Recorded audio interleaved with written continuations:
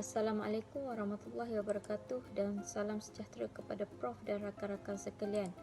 Kumpulan kami terdiri daripada 5 orang iaitu Eddie Irwansyah bin Muhammad Nordin 259848, Muhammad Asri bin Yusuf 259975, Nur Farha binti Cik Gani 266964, Siti Hajar binti Mak Yusuf 266343 dan Wan Nur Hasliza binti Wan Hassan 266411. Hari ini kami akan memainkan role play kaitan dengan bekerja dari rumah dan kepuasan bekerja. Ini berkait rapat dengan sistem syarikat yang menekankan kepada kepuasan pekerja kepada pekerja di dalam usaha untuk mendorong mereka lebih bersemangat untuk bekerja di samping melihat bagaimana syarikat mengubah polisi dan inisiatif yang wujud di dalam amalan mereka apabila negara dilanda dengan situasi COVID-19 yang menyebabkan lebih daripada 70% pekerja mula bekerja dari rumah iaitu work from home. Roleplay yang kami bina berkisar tentang kepuasan bekerja dari rumah bagi pekerja dapat dicapai dengan kerja dari rumah dan isu yang timbul berkaitan dengan kerja dari rumah dan kepuasan bekerja. Di dalam situasi yang dibina, pengurus syarikat melakukan video conference dengan 2 orang pekerja iaitu Eddie mengadu bahawa beliau menghadapi masalah bekerja dari rumah di mana beliau tidak boleh fokus dan hilang motivasi untuk melakukan kerja, manakala Hajar dipanggil sebagai rujukan kerana beliau menunjukkan prestasi yang cemerlang sepanjang jangka masa beliau bekerja dari rumah. Video conference ini bertujuan untuk menilai isu yang dihadapi oleh Eddie di samping melihat bagaimana Hajar mampu menggunakan situasi yang wujud untuk kelebihan beliau. Di samping itu, pengurus juga boleh menunjukkan inisiatif dan dorongan yang diwujudkan oleh syarikat di mana usaha untuk mendorong pekerja lebih bermotivasi dan bersemangat untuk bekerja dari rumah serta mendapatkan kepuasan kerja yang terbaik.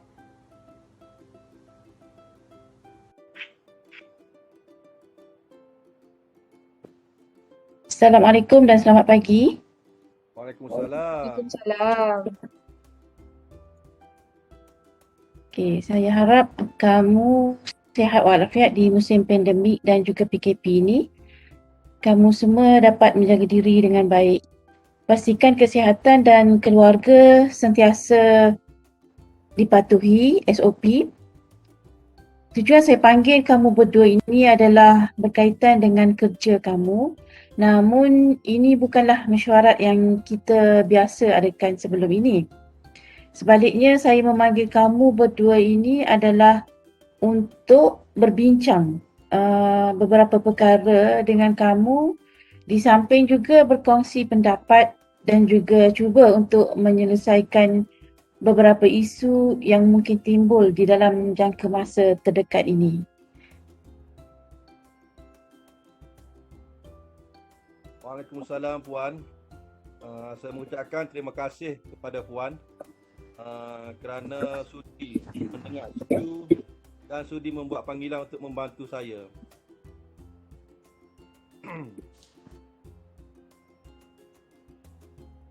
Saya sebenarnya agak segan untuk membincangkan perkara ini dengan orang ramai.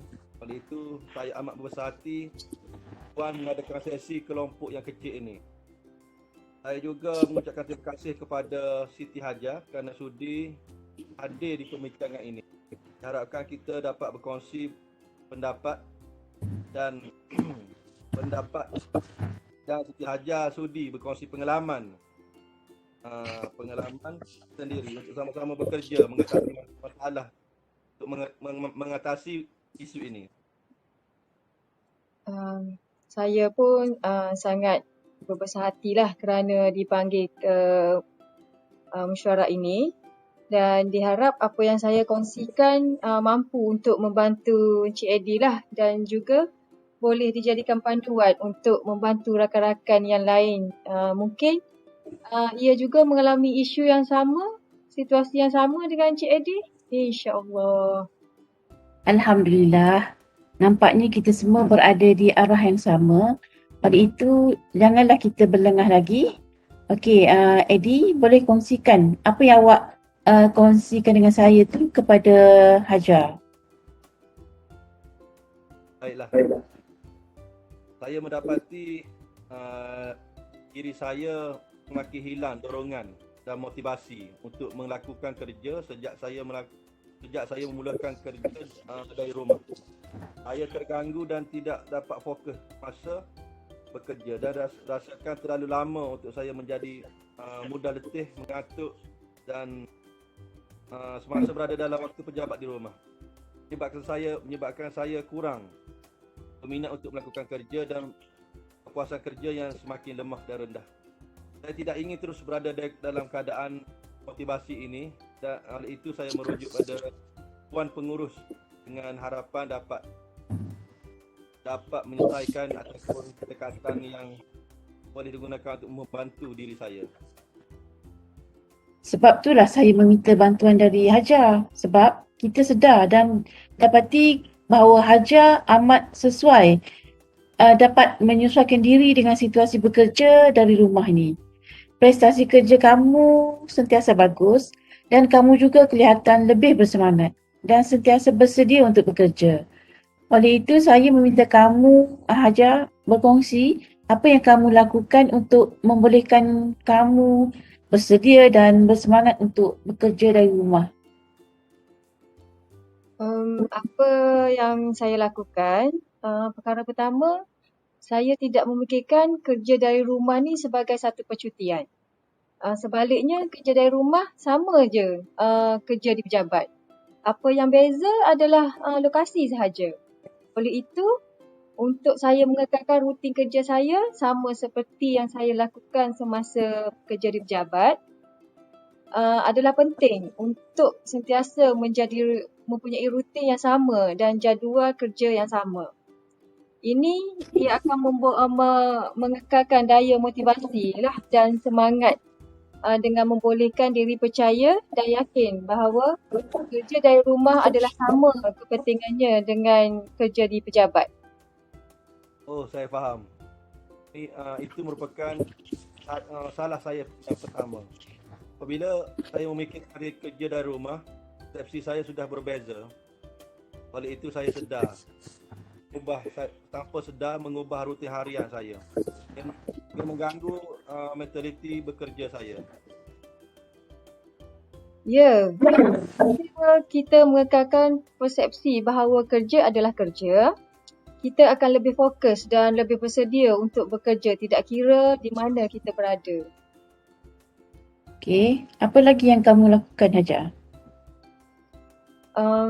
Saya juga mewujudkan suasana kerja seperti di pejabat, di mana saya cuba untuk mendapatkan ruang di dalam rumah dan dia tidak bising dan tidak mudah diganggu. Ini adalah untuk mengekalkan mengelakkan gangguan dari luar semasa waktu kerja saya. Di rumah, saya mempunyai satu ruang yang kecil yang dipanggil sebagai pejabat kecil saya. Di mana semua barang kerja dan pejabat ada di situ. Ruang ini adalah ruang profesional saya dan tidak boleh diganggu.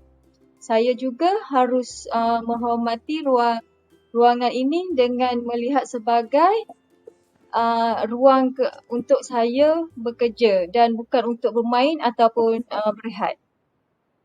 Pengasingan ruang kerja dan ruang sosial dan juga ruang keluarga mewujudkan batasan yang membolehkan saya mengenal pasti keutamaan saya apabila berada di ruang tersebut.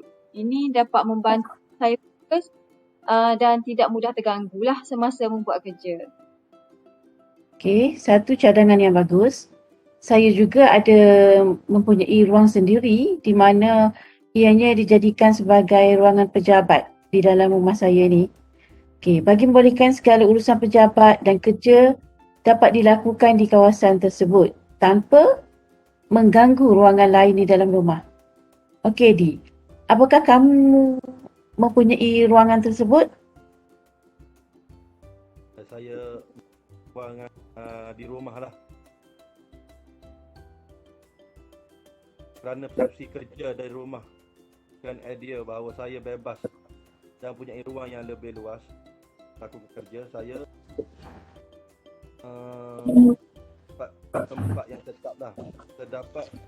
Terdapat masa apabila tidak perlunya mesyuarat atau keperluan untuk berinteraksi dengan yang lain. Saya melakukan kerja saya dari atas katil saja. Ini menyebabkan saya mudah terganggu dan terdorong dan merasa letih, mudah mengantuk. Sebenarnya ruang untuk bekerja tidak semestinya satu saja. Kadang-kadang kebebasan bekerja dari rumah ni membolehkan kita bergerak bebas untuk mencari tempat yang sesuai untuk melakukan kerja. Asalkan tempat itu selesa dan mampu mendorong kita untuk fokus dengan kerja. Ianya sudah cukup. Baiklah. Apa yang penting adalah kerjasama dari ahli keluarga. Mereka harus sedarlah bahawa hanya disebabkan saya bekerja di rumah, ini tidak bermakna saya mempunyai masa untuk melakukan tugas-tugas lain yang biasa tidak saya lakukan semasa di pejabat. Waktu pejabat tetap sama walaupun berada di rumah.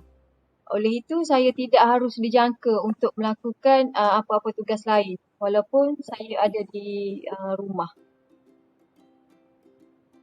Ini adalah benar. Luar dan serta jangkaan dari ahli keluarga menyebabkan kita mudah terganggu dari kerja dan boleh menyebabkan tekanan kerja. Tekanan kerja bahkan tekanan kerja yang tinggi.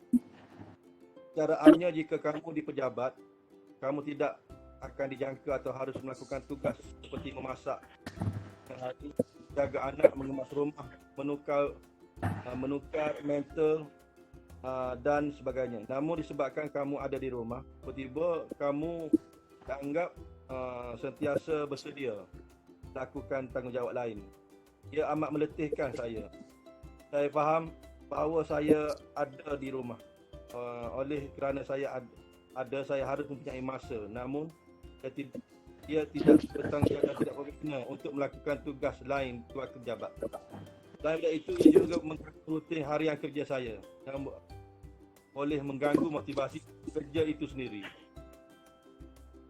Sudah tentu syarikat sentiasa bersikap terbuka untuk benarkan sebarang kecemasan atau situasi tidak dijangka yang berlaku, dan kami tidak akan menilai atau melihat perkara ini tidak profesional jika ianya berlaku kadang-kadang. Namun, terdapat batasan untuk perkara ini dan kami mengharapkan sikap profesional dan dedikasi terhadap kerja boleh ditunjukkan walaupun dari rumah. Okey, bercakap tentang syarikat, kami faham akan keperluan bekerja dari rumah dan betapa pentingnya untuk memastikan pekerja sentiasa bersedia untuk menjalankan tugas dengan baik. Oleh itu, syarikat sendiri mengubah polisi dan cara pengurusan untuk membolehkan kepuasan pekerja bekerja dari rumah untuk semua pekerja. Maknanya semua pekerja tu juga boleh dicapai dari rumah. Wah, itu adalah satu berita yang baik dan bagus. Kami sentiasa berusaha untuk melakukan yang terbaik untuk syarikat. Sudah tentu kami juga mengharapkan syarikat untuk melakukan yang terbaik untuk kebajikan kami juga. Betul.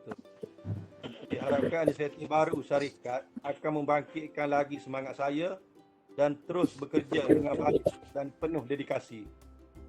Syarikat juga hanya mampu berfungsi dengan kewujudan pekerja-pekerja yang berdedikasi dan komited dengan kerja mereka. Jadi, syarikat sedar kepentingan untuk memastikan komunikasi itu sentiasa wujud antara syarikat dan pekerja dan juga antara pekerja dengan pekerja. Okey. Kepentingan komunikasi ini dia membolehkan syarikat menyediakan subsidi untuk menampung sedikit perbelanjaan alat komunikasi, termasuklah allowance bil telefon, allowance internet. Di samping tu aktiviti fizikal dan luar juga maknanya aktiviti fizikal dan luar harus disekat dah buat masa sekarang. Okey, syarikat akan menganjurkan pelbagai aktiviti riadah untuk mewujudkan silaturahim dan semangat bekerja melalui secara talian dan dari jarak jauh. Kami juga menyediakan khidmat bantuan terapi dan kaunseling bagi pekerja yang mengalami masalah di dalam pandemik ini. Di samping itu, kita sediakan juga bantuan bagi mereka yang memerlukan. Wah, semua itu sangat bagus Puan. Ia mendorong saya untuk lebih semangat untuk bekerja. Ia juga mencapai keperluan dan kepuasan kerja. Saya sedar bahawa saya lebih pantas melakukan kerja di samping rakan sekerja yang lain. Ini bukan ini tidak wujud apabila saya bekerja dari rumah. Namun dengan pelbagai aktiviti yang wujud, diharapkan ia akan membolehkan saya merasakan suasana bekerja seperti di pejabat dan mampu mendorong saya untuk bekerja dengan lebih baiklah. Bantuan yang diberikan termasuklah khidmat kaunseling adalah amat bagus tu. Di dalam keadaan negara buat masa sekarang ni masih ramai yang mengalami masalah tekanan dan mental yang semakin lemah. Mereka mungkin kelihatan gembira dan sihat, namun kita tidak boleh mengetahui apa yang dialami oleh mereka. Saya harapkan khidmat kaunseling yang disediakan adalah tanpa nama dan rahsia bagi menyimpan rahsia pekerja. Sudah semestinya khidmat kaunseling ni diberi melalui panggilan telefon bagi mereka yang memerlukan lah. Tapi pada peringkat permulaan ni, secara persemuka, temu janji akan dibuat secara rahsia dan tanpa menggunakan nama bagi mengekalkan hak-hak peribadi mereka. Saya juga setuju dengan sistem bantuan yang disediakan oleh syarikat sebenarnya. Ramai pekerja yang mungkin mempunyai masalah untuk mendapatkan bekalan makanan ataupun bantuan kewangan berkaitan dengan kesihatan dan sebagainya. Bantuan seperti ini akan mampu membantu meringankan beban mereka dan membolehkan mereka mengharungi pandemik ini dengan lebih selesa. Semua bantuan dan inisiatif ini bertujuan untuk membantu semua pekerja tidak mengira pangkat dan status kerja mereka. Ia bertujuan untuk memastikan mereka mampu menjalankan tugas mereka dengan baik tanpa perlu memikirkan bebanan hidup mereka. Okay. Syarikat mungkin tidak dapat membantu secara keseluruhan, namun ia berusaha untuk cuba meringankan beban pekerja kerana wujudnya kesedaran bahawa pekerja yang gembira dan selesa akan menghasilkan hasil kerja yang lebih baik dan lebih berkualiti. Betul tu Puan. Sebenarnya semua ini mendorong saya untuk lebih berusaha lah mendapatkan kepuasan kerja dari rumah. Ini semua bergantung kepada usaha yang dilakukan oleh saya. Usaha dilakukan dan saya bermula dengan menukarkan tabiat kerja di rumah dan memastikan saya mampu menjalankan tugas dengan baik. Di samping itu, saya akan memastikan saya mewujudkan hubungan dengan persekitaran dan rakan sekerja yang baik kerana aktiviti sosial juga penting di dalam mewujudkan persekitaran kerja yang baik. Itu adalah soalan yang bagus. Saya juga akan cuba untuk membentuk rangkaian sosial yang lebih baik untuk membolehkan komunikasi berlangsung dengan lebih baik, terutamanya pada masa sekarang. Okey, saya gembira perbincangan kita hari ini nampaknya membuahkan hasil yang baiklah. Okey, oleh itu adalah baik untuk kita akhiri perbincangan ini dan diharapkan semua yang dibincangkan hari ini mampu digunakan untuk memperbaiki gaya hidup kita dan juga gaya kerja masing-masing. Okey, Eddie dan Hajar, ada sebarang pertanyaan? Setakat ni tak ada lah Puan. Eddie, macam mana? Setakat ni tiada Tuan. Tiada Puan. Setakat ni saya berpuas hatilah perbincangan ni. Okey, terima kasih saya ucapkan kepada kamu berdua Okey, saya sudahi perbincangan kita hari ini dengan wabillahi taufik wal hidayah. Wassalamualaikum warahmatullahi wabarakatuh. Waalaikumsalam. Terima kasih Puan. Puan.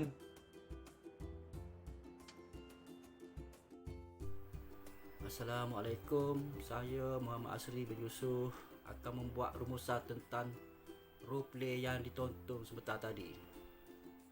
Topik yang digunakan di dalam roleplay ini adalah berkaitan dengan kerja dari rumah serta kepuasan bekerja untuk para pekerja. Ia bukan sahaja menjadi tanggungjawab pekerja untuk cuba mendapatkan hasil yang terbaik di dalam mana-mana situasi yang dihadapi oleh mereka. Perubahan dari bekerja di pejabat kepada bekerja dari rumah akan mengubah dinamik pekerja mereka. Ada yang boleh mengadaptasi kerja dengan mudah dan mampu melaksanakan tugas mereka dengan baik seperti pekerja dua. Namun ada juga yang mungkin menghadapi isu dan rintangan apabila dinamik ini berubah secara tiba-tiba seperti pekerja satu. Ini bukan bermakna mereka pekerja yang tidak baik. Sebaliknya, mereka hanya memerlukan bantuan dan pendekatan yang berbeza untuk membolehkan mereka dari rumah dengan baik dan efektif. Selain daripada itu, syarikat juga harus proaktif di dalam pendekatan mereka untuk membolehkan transisi bekerja dari pejabat kepada rumah dapat dilalui dengan mudah dan selesa oleh mana-mana pekerja. Mereka harus sedar tidak semua pekerja mempunyai apa yang perlu untuk membolehkan kerja dari rumah dapat dilakukan dengan mudah. Pekerja mungkin tidak mempunyai ruang atau kemudahan yang sepatutnya untuk membolehkan mereka melaksanakan tugas mereka dengan baik. Kepuasan bekerja mampu dicapai tidak mengira apa situasi dan keadaan. Apa yang penting adalah tahap keinginan bekerja yang dimiliki oleh pekerja di samping rasa gembira dan selesa mereka untuk menjalankan tugas mereka menjadi nadi penting di dalam memastikan pengurusan syarikat akan berjalan dengan lancar dan baik.